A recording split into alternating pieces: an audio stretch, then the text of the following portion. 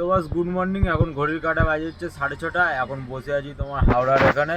এই হাওড়াতে একটা ড্রপ ছিল, ছাড়লাম, ছেড়ে আর এখানে সাইডে রাস্তার উপরে এখানে বসে রয়েছি। এই ব্রিজ উপরে উড়ে যাচ্ছে আর আমি এরকম জায়গায় বসে আছি এই ধারটায়।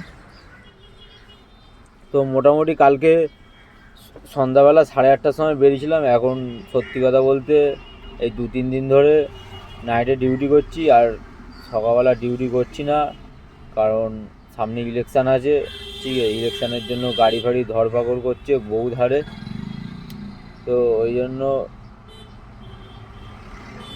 গাড়িটা শুধু ইলেকশানে দেবো না বলে ওই জন্য নাইটে ডিউটি করছি। এই মাসটা একটু নাইটে ডিউটি করি, তারপরে সামনের মাস থেকে আবার দিনের বেলা ডিউটি করবো। তাও কালকে সন্ধ্যাবেলা 8:30টার সময় 8:10-এ বেরিয়েছিলাম।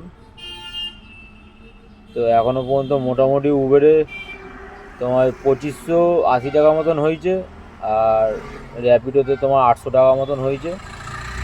তো চলো দেখি আর কোথায় কি কতক্ষণ কি ভাড়া কাটতে পারি।